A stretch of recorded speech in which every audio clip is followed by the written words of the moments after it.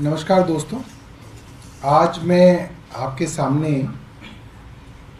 एक बहुत ही संवेदनशील, बहुत गंभीर मामले को लेके सामने आया हूँ।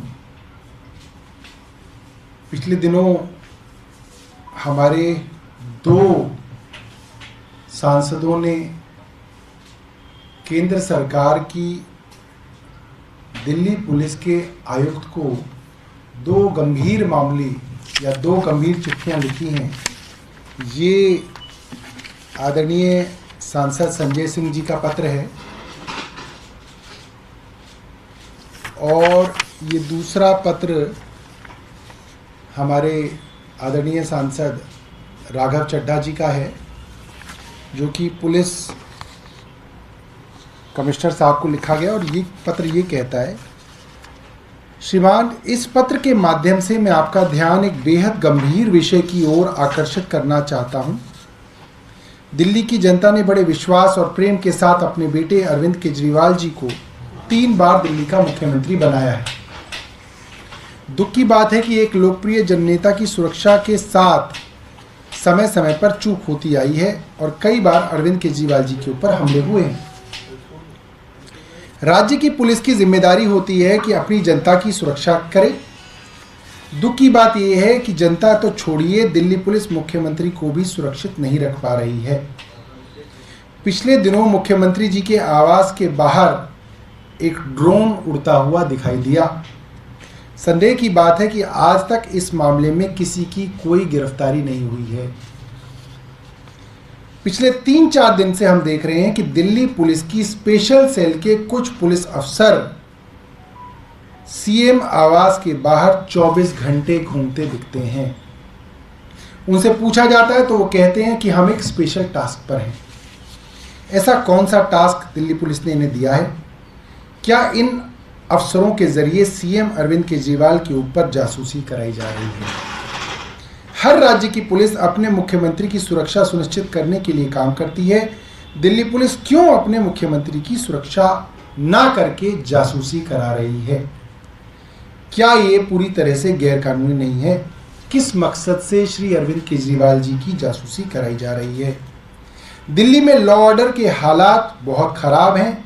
हर दिन दिल्ली में गंभीर अपराध हो रहे हैं। दिल्ली पुलिस का काम है इन अपराधों को रोके, ना कि एक पार्टी के दबाव में आकर एक मुख्यमंत्री की जासूसी में समय व्यर्थ करे।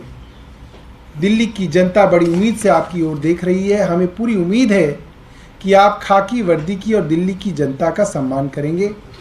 आपसे पूछे गए सवालों का जवाब का इंतजार रहेगा। लिखा गया है, श्री संजय अरोड़ा, कमिश्नर दिल्ली पुलिस को। ठीक ऐसा ही पत्र इसी विषय पे संजय सिंह जी, जो हमारे सांसद हैं, उन्होंने लिखा है। दोस्तों, मामला बहुत गंभीर है। दिल्ली पुलिस का स्पेशल स्टाफ किन कामों के लिए इस्तेमाल होता है? अन्य राज्य पुलिसों का स्पेशल स्टाफ किन कामों के इस्तेमाल के लिए आरोप लगते रहते हैं, ये सब जानते हैं।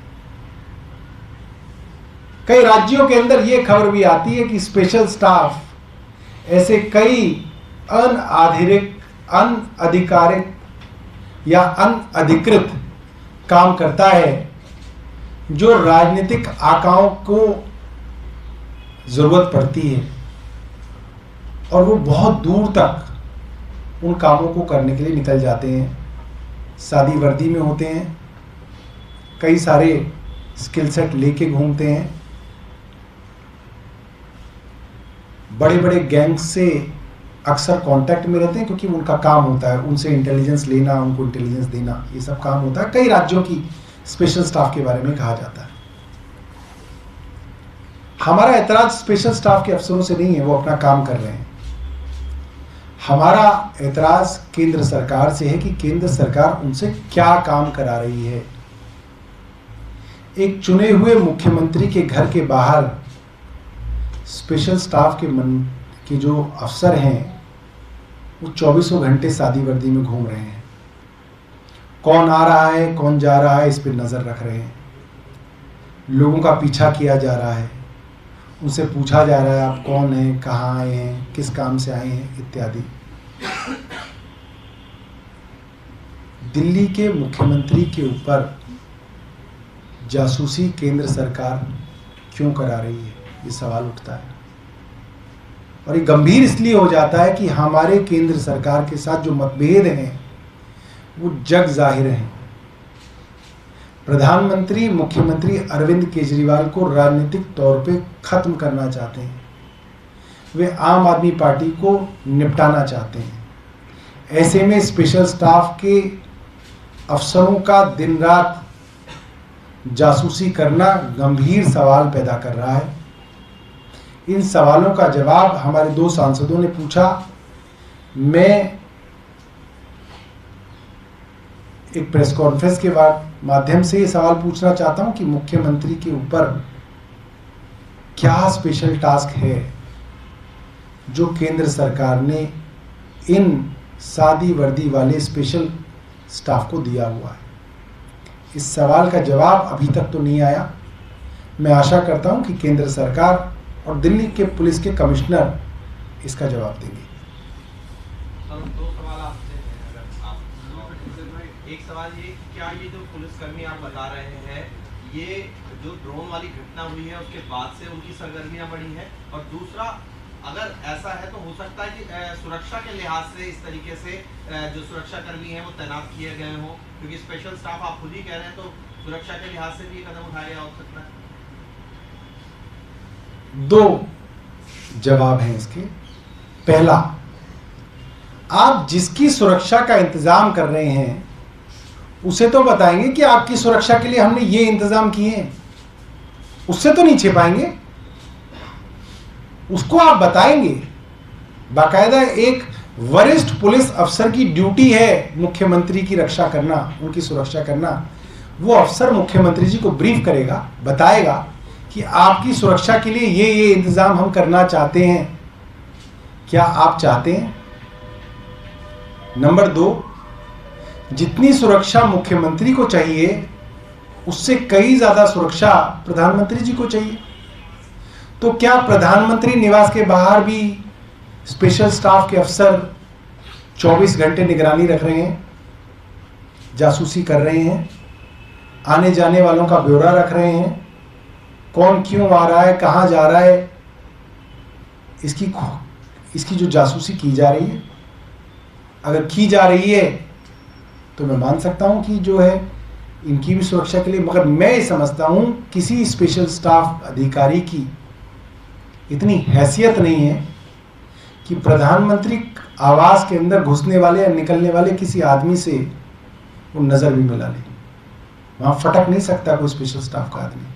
सर यही मैं पूछना चाह रहा था, जैसा आपने कहा कोई एक आध केस स्टडी ऐसा जिससे पूछा हो क्यों आए हो, क्या मकसद था आने का, या कुछ ऐसा कुछ है जिससे हमारे 2 सांसद बाकायदा अपने लेटर हेड पे लिख के दे रहे हैं पुलिस आयुक्त को कि ऐसा हो रहा है, तभी लिख के दे रहे हैं क्योंकि उनके पास ऐसी जानकारी है, लिखित में दिया है। ऐसा नहीं है कि मैं यहाँ पे आके ऐसी आरोप लगा रहा हूँ। ये गंभीर मामला है। एक चुने हुए मुख्यमंत्री की, 3 बार के मुख्यमंत्री की जासूसी एक केंद्र सरकार क्यों करा रही है, और जब जानते हुए कि केंद्र सरकार सीधे तौर पे इस मुख्यमंत्री को पूरी तरीके से खत्म करना चाहती है, उनकी राजनीति समाप्त करना चाहती है। आम आदमी पार्टी उनको उसको देखना भी नहीं पसंद कि आम आदमी पार्टी का कहीं पे दिख भी जाए। तो ऐसे में ये गंभीर सवाल है। और हमारी मुख्यमंत्री जी की, हमारी पार्टी तो मुख्यमंत्री जी से शुरू होती है, उन पे खत्म होती है, हमारे लिए तो बहुत जरूरी है। हमारे नेशनल कन्वीनर हैं, दिल्ली के बेटे हैं, दिल्ली वालों ने 3 बार चुन के उनको मुख्यमंत्री बनाया, कुछ तो होगा उनके अंदर। आज उनके ऊपर जासूसी हो रही है तो बहुत बड़ी बात है। सर एक लास्ट क्वेश्चन मैं पूछना चाहूँगा। दिल्ली पुलिस ने न्यू दिल्ली डीसीपी ने एक ट्वीट किया है तकरीबन 1:30 बजे। उन्होंने कहा कि कल रात वाला जो इंसिडेंट था जहां आप और हम भी मौजूद थे, कोई पुलिस वाला शराब नहीं पिया हुआ था। मेडिकल एग्जामिनेशन में ये आया है कि नोबडी वाज ड्रंक। और साथ ही उन्होंने एक बात और भी कही है कि 5 पुलिस वाले जो हैं उनको इंजरी हुई है जो रात को जो स्कफल हुआ, और वुमेन पुलिस ऑफिसर जो है वो सफिशिएंट थी। ये 3 बात उनकी ट्वीट में कही गई है, हालांकि आप और हम भी वहां मौजूद। देखिए, इस ट्वीट के अंदर 3 बातें कही गई हैं और 3 झूठ कहे गए हैं। पहला झूठ,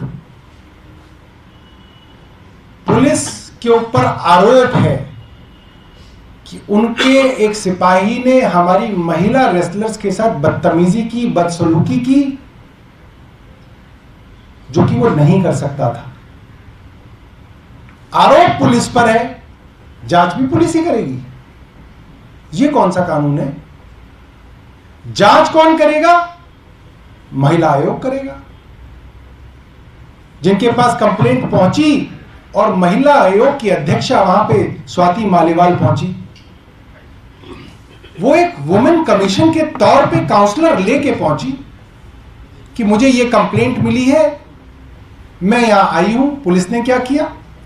पुलिस ने वुमेन कमीशन की अध्यक्षा को ही उठा के फेंक दिया। सबने देखा वीडियो के अंदर।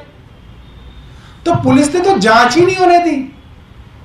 पुलिस के ऊपर तो आरोप है। मैं डीसीपी साहब को बता रहा हूं कि थोड़ी किताबें पढ़ ले, कानून की बेसिक लॉ है। आप इंटरेस्टेड पार्टी हैं, आपके ऊपर तो आरोप है। आप कौन होते हैं ये बताने वाले कि वो था नहीं था? और पहलवानों का तो आरोप ही ये था कि इस आदमी को, इस सिपाही को हमने यहां बिठा रखा क्योंकि इसने शराब पी रखी है और इसका मेडिकल यहीं कराएंगे। और पुलिस अगर इस आदमी को ले गई, 2 मिनट का काम होता है। ऐसे ऐसे उंगली डाल के उल्टी कर रहा था वो आदमी। हमारे लोगों ने देखा कि उसको उल्टी कराई पुलिस वालों ने। ठीक है, पानी पियो 3 गिलास, हलक तक डालो 2 उंगलियां और जो है वो पलट दो। उसमें क्या है? और फिर उसको 3-4 घंटे बिठा के रखो, सैंपल लिखवाओ, सैंपल साफ। पुलिस को ये बताना चाहता हूं कि पुलिस 3 कदम चलती है, वकील 6 कदम सोचते हैं। पुलिस ये ना समझे कि सब बेवकूफ है। पुलिस अपनी चोरी बचा रही थी। रात को इतनी बारिश हुई थी, जंतर मंतर पे कीचड़ थी। किसकी बहन बेटियां कीचड़ में सो सकती हैं? पुलिस वाला डीसीपी बता दे उसकी बहन सो सकती है तो? उससे पूछना चाहता हूं मैं। उन्होंने उनको फोल्डिंग बेड तक नहीं ले जाने दिए। शर्म आनी चाहिए उन्हें। हमारे एक एमएलए वहां पे मौजूद थे, उन्होंने पूरा वीडियो लाइव किया है, सबके सामने था। पुलिस वाले को बचाने के लिए वहां पे डीसीपी क्या, एसीपी क्या, मैंने तो सुना स्पेशल सीपी भी वहां पहुंचे थे। और फिर उसको चुपचाप जो है इधर कर दिया। कैसे कर दिया आपने चुपचाप इधर? महिला आयोग वहां था, आप उसको जांच करने देते, आपने उसको जांच नहीं करने दी। उस आदमी का जो, जिसका नाम है दुष्यंत फोगाट, उसका सर फटा हुआ था, सामने था। उसका एमएलसी नहीं कराया पुलिस ने। उसका सर कैसे फट गया? ये जो नौटंकी है पुलिस की।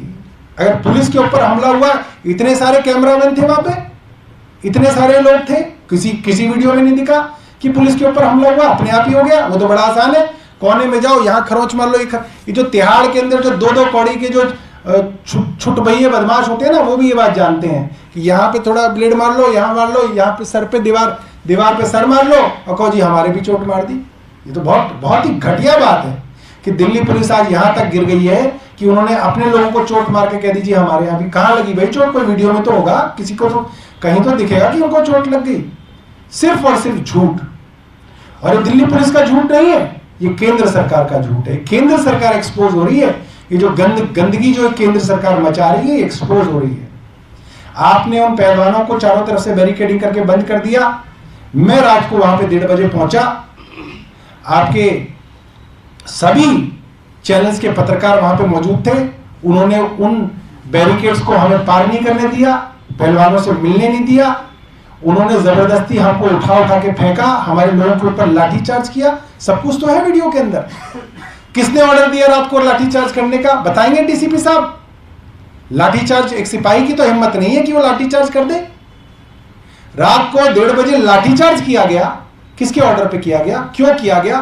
क्या हो रहा था वहां पे?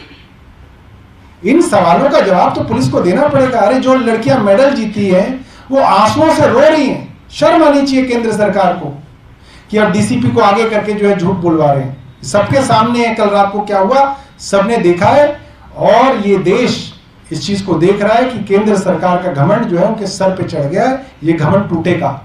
किसानों ने भी इनका घमंड तोड़ा था, इनको बहुत घमंड था, किसानों ने भी ये किया था इनके साथ। और ये जो महिला एथलीट यहाँ पे हैं, आप देखिएगा केंद्र सरकार का घमंड ये लड़कियां तोड़ के जाएंगी। और कुछ